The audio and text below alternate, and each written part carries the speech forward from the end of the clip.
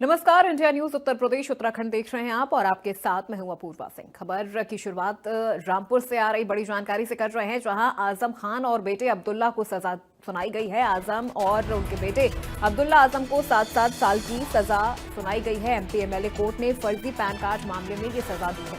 दोनों पर 50-50 हजार का जुर्माना भी लगाया गया है और 7 साल की सजा सुनाई गई है। गुनहगार समझा तो सजा सुनाई गई है। आजम खान की तरफ से ये फैसला आने के बाद प्रतिक्रिया दी गई है। उन्होंने कहा कि गुनहगार समझा तो ये फैसला सुनाया है। तो रामपुर से ये बड़ी खबर, जहां आजम और उनके बेटे अब्दुल्ला को 7-7 साल की सजा सुनाई गई है।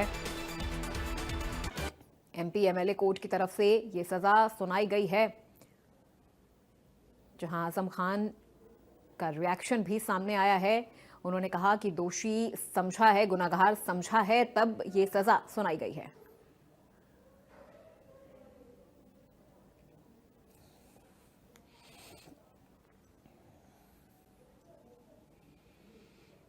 और सहयोगी फहीम खान इस खबर पे ज्यादा जानकारी के साथ लाइव जुड़ चुके हैं। सीधे उनका रुख करते हैं।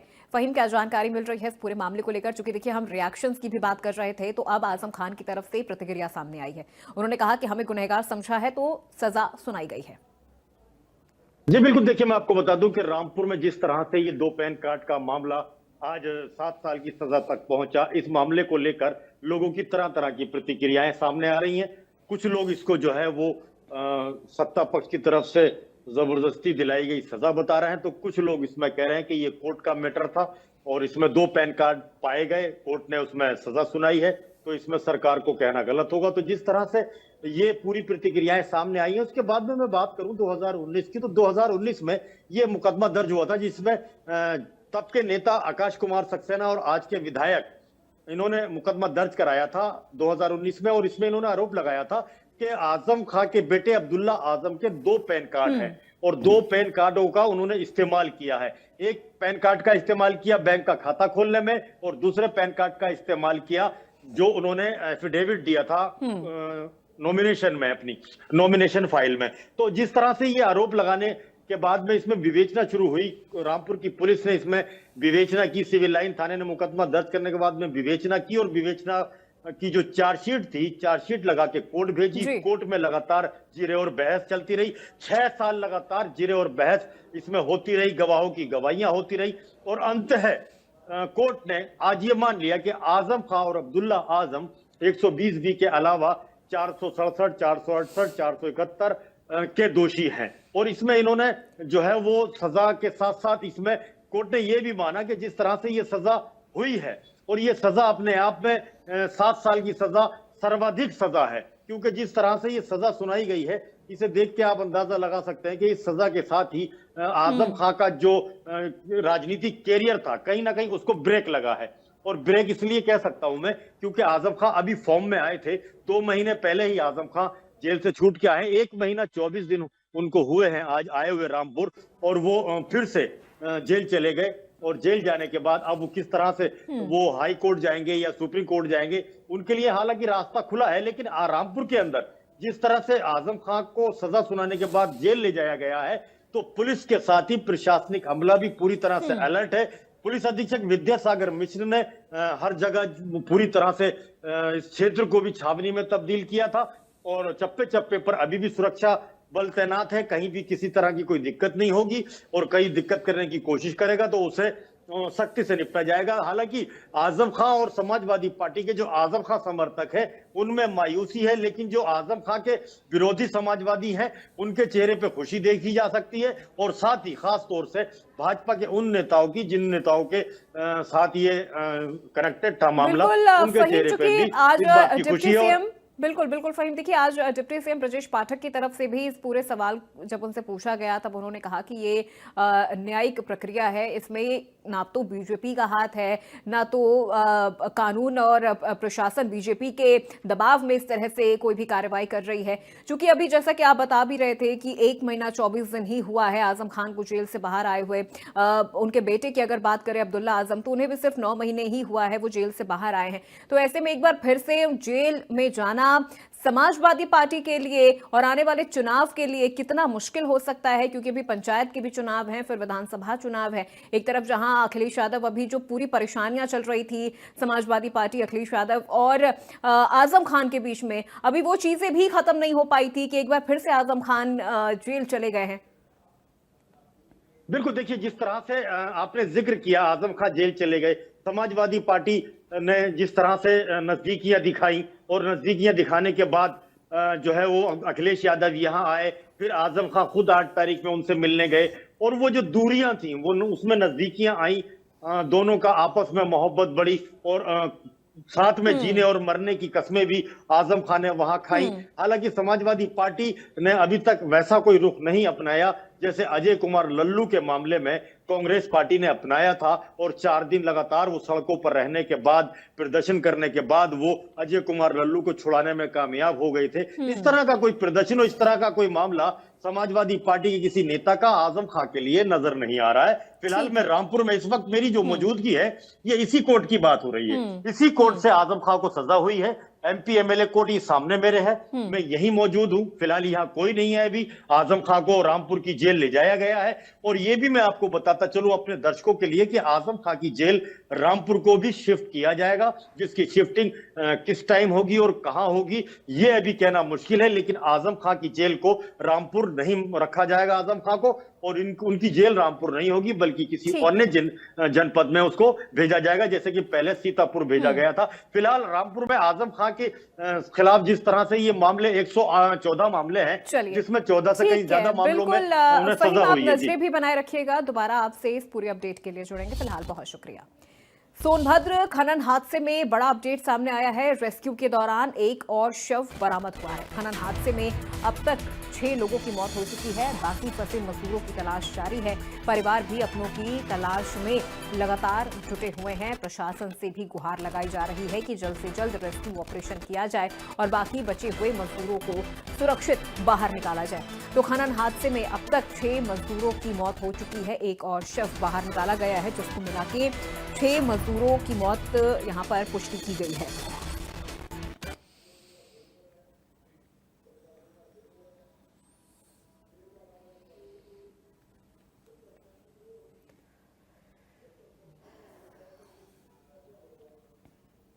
और इसी खबर पे ज्यादा जानकारी और अपडेट के साथ हमारे सहयोगी अंशुमन पांडे हमारे साथ लाइव जुड़ चुके हैं।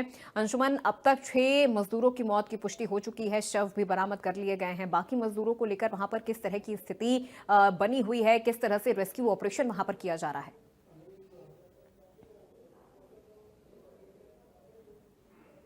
के बाद से रेस्क्यू ऑपरेशन यहाँ पर किया जा रहा है। इसलिए पुलिस प्रशासन, एसडीआरएफ, एनडीआरएफ और स्थानीय लोगों की भी मदद की जा रही है। इसके अलावा जो यहाँ निजी कंपनियां हैं उनकी मदद ली जा रही है।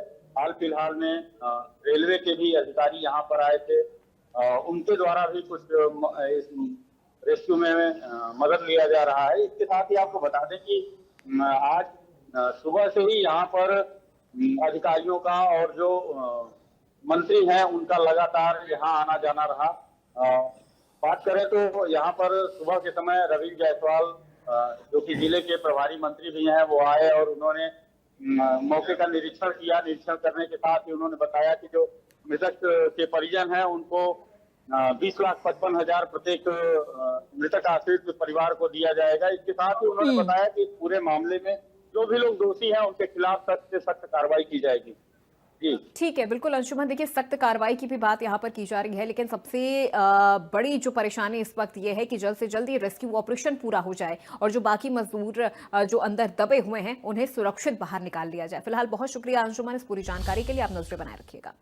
दिल्ली ब्लास्ट मामले से जुड़ी खबर आ रही है सामने, जहां जांच एजेंसियों का बड़ा खुलासा हुआ है। शाहीन के व्हाट्सएप चैट में यूपी पुलिस अल-फलाह यूनिवर्सिटी पहुंची है, जहां पर इस वक्त जांच पड़ताल यूपी पुलिस की तरफ से की जा रही है।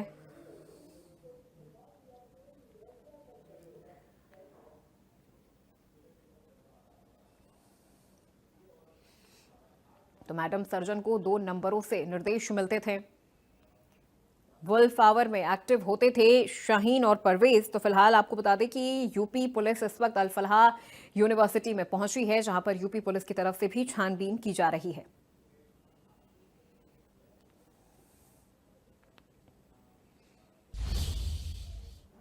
खबर बदायूं से मिल रही है, जहां मंदिर के पुजारी की गला दबाकर हत्या कर दी गई है। हत्या कर चांदी के 2 मुकुट लूट लिए गए हैं। वारदात के बाद मंदिर के सीसीटीवी का डीवीआर गायब कर दिया गया है। पुलिस ने शव को कब्जे में लेकर पोस्टमार्टम के लिए भेजा है। डीआईजी और एडीजी जोन ने घटनास्थल का निरीक्षण किया है। केस दर्ज कर आरोपियों की तलाश में जुटी है पुलिस। पुलिस ने शव को कब्जे में लेकर पोस्टमार्टम शुरू कर दिया है। डीआईजी किया है। बदायूं से ये खबर, जहां मंदिर के पुजारी की गला दबाकर हत्या कर दी गई है। फिलहाल पुलिस ने शव को पोस्टमार्टम के लिए भेजा है और सीसीटीवी और डीवीआर कब्जे में ले लिए गए हैं। तो वारदात के बाद मंदिर के सीसीटीवी का डीवीआर यहां पर बताया जा रहा है कि वो गायब हो गया है। डीआईजी और एडीजी जोन ने घटनास्थल का निरीक्षण किया है।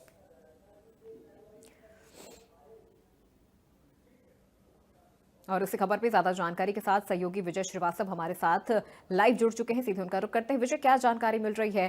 क्योंकि सीसीटीवी और डीवीआर भी बताया जा रहा है कि वो गायब है और चोरी भी हुई है। तो अपूर्वा, बता दूं, ये पूरा जो मामला है वो सिविल लाइन थाना क्षेत्र के नवादा का है।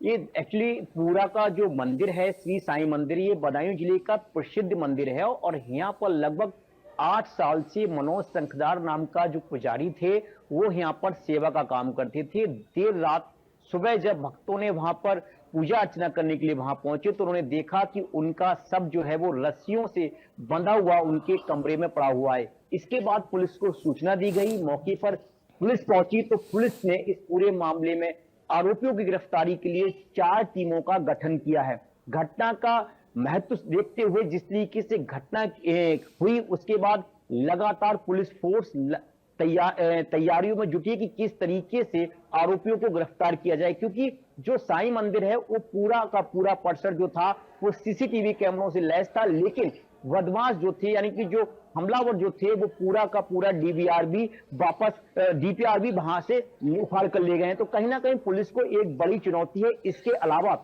जो पुलिस को दूसरी बड़ी चुनौती है कि किस तरीके से पुजारी का बैकग्राउंड क्या था, क्या उनकी कोई रंजिश थी या फिर कोई हत्या की और वजह है। तमाम ऐसे बिंदुओं पर पुलिस जांच कर रही है, लेकिन पुलिस की कार्यशैली पर भी इस पूरे घटनाक्रम को लेकर सवाल खड़े हो रहे हैं। अगर अपूर्वा, मैं आपको बताऊं कि जो घटना जहां पर हुई है, यानी कि जो साईं मंदिर है, साईं मंदिर की 2nd फ्लोर पर जो ये वारदात को अंजाम दिया गया है उससे ठीक सामने 50 मीटर पर यानी कि पुलिस चौकी है और जो मेन रोड है वहां पर फायर स्टेशन का ऑफिस है। तो कहीं ना कहीं पुलिस की कार्यशैली पर भी सवाल खड़े हो रहे हैं कि किस तरीके से इस पूरी वारदात को अंजाम दिया गया बदमाशों द्वारा। लेकिन इस पूरे मामले में एडीजी ने घटनास्थल का निरीक्षण किया है। इसके साथ साथ जो है वो मंदिर प्रबंधन से उन्होंने जानकारी जुटाई है और बताया जा रहा है कि जल्द ही पुलिस टीम को आरोपियों की गिरफ्तारी के लिए निर्देशित भी कर दिया गया है। पुलिस टीम को कुछ साक्ष्य जरूर मिले और माना जा रहा है कि जल्द ही पुलिस आरोपियों तक पहुंचेगी। अपूर्वा, ठीक है, बिल्कुल। बहुत शुक्रिया विजय इस पूरी जानकारी और इस बातचीत के लिए। खबर बुलंदशहर से मिल रही है, जहां गौकशी के केस में कोर्ट का बड़ा फैसला आया है। गौकशी के केस में 25 दोषियों को 7 साल की कैद सुनाई गई है। बुलंदशहर कोर्ट ने जुर्माना भी लगाया है। मई 2005 में देर रात हुई थी गौकशी की घटना। देर रात 119 गौवंश बरामद हुए थे। 2 आरोपियों की मौत हो चुकी है, 3 अभी भी फरार बताए जा रहे हैं।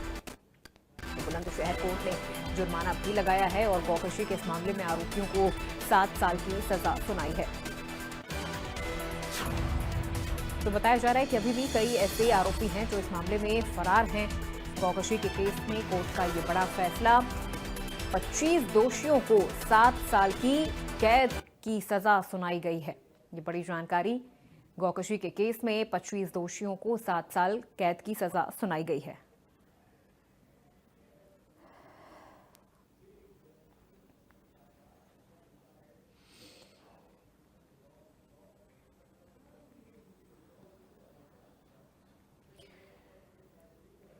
तो गौकशी के केस में कोर्ट का ये बड़ा फैसला, 25 दोषियों को 7 साल कैद की सजा सुनाई गई है। आपको बता दें इस मामले में जो दोषी हैं उनमें से कई अभी भी फरार बताए जा रहे हैं और 2 की मौत हो चुकी है अब तक।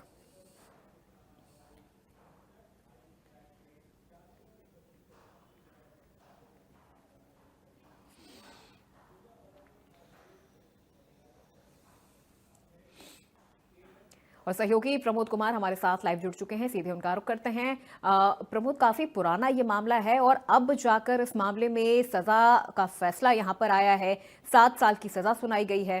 क्या है ये पूरा मामला, जानकारी दीजिए।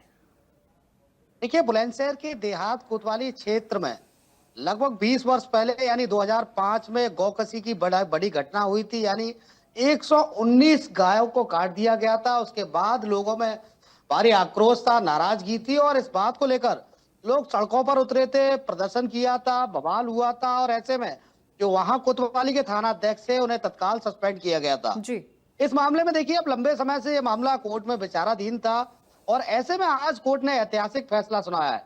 देखिए, इस मामले में अब आज 25 लोगों को दोषी करार दिया है, यानी 7 वर्ष की सजा सुनाई गई है। इसके अलावा जो आरोपी हैं उन पर 10-10 हजार रुपए का जुर्माना भी लगाया गया है।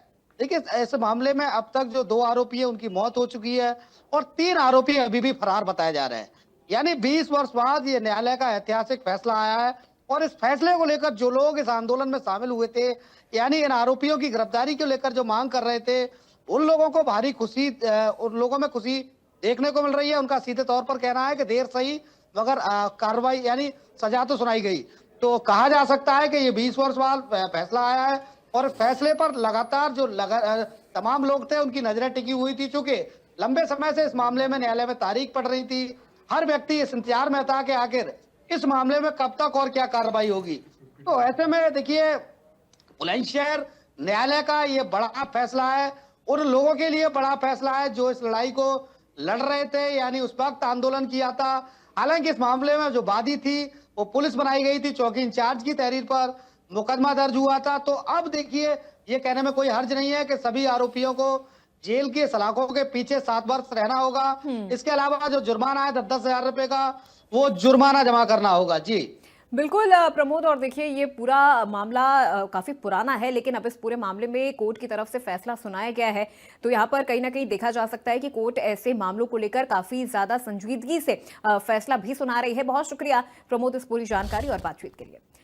और अगली बड़ी जानकारी देवबंद से मिल रही है, जहां प्रशासन ने बड़ी कार्रवाई करते हुए 10 अवैध कॉलोनियों को ध्वस्त किया है। बुलडोजर कार्रवाई हुई है। देवबंद के चारों ओर काटी गई थी अवैध कॉलोनियां, प्रशासन ने धाराशाही की है। कॉलोनी पोल भी गिराए गए हैं।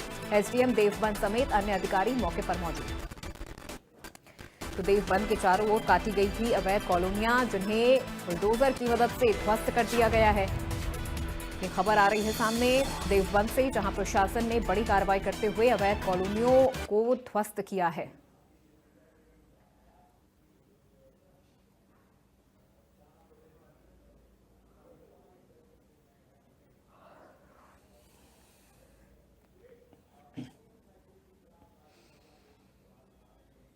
और हमारे सहयोगी प्रशांत हमारे साथ लाइव जुड़ चुके हैं ज्यादा अपडेट के साथ। प्रशांत, क्या जानकारी मिल रही है इस पूरे मामले को लेकर?